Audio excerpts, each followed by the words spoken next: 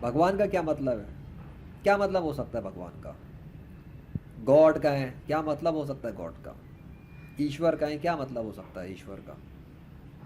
کچھ بھی کہہ لیں آپ، بھگوان، ایشور، گاڈ، کچھ بھی، اس کا مطلب کیا ہوگا؟ یہی، صرف ایک یہی کہ وہ کوئی ایسی ہستی جس نے زمین اور آسمان اور اس کے درمیان کی تمام مخلوقات کو کریٹ کیا ہو. The creator of everything, the creator of all the worlds, the creator of all the universes, اس کو کہتے ہیں بھگوان، خدا، ایشور.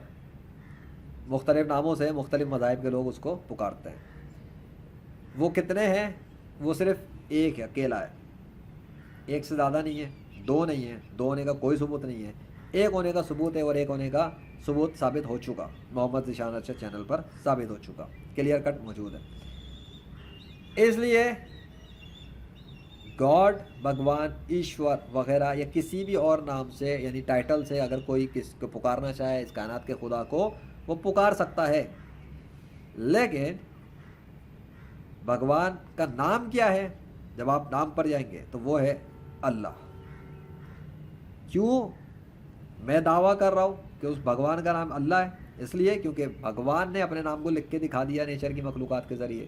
بھگوان نے اپنے نام کو نیچر کے ذریعے بلوا کے دکھا دیا، نیچر کی مخلوقات کے ذریعے، اب نیچر کے ذریعے لکھ کے دکھا دیا.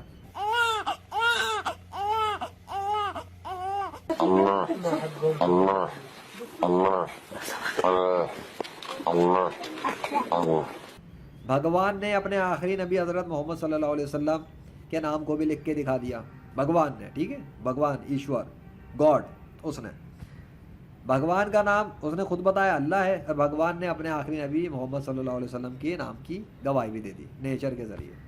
تو اب آپ بھگوان کا جو اصلی نام ہے اسی کو پہچانیں اور اسی بھگوان کو پوجیں صرف، جس کا نام اللہ ہے، کیونکہ بھگوان کا نام ہی اللہ ہے. اور اس کے آخری نبی حضرت محمد صلی اللہ علیہ وسلم پر ایمان لائیں، یقین کریں کہ وہی واقعی میں گاڈ کے، ایشور کے آخری نبی ہیں.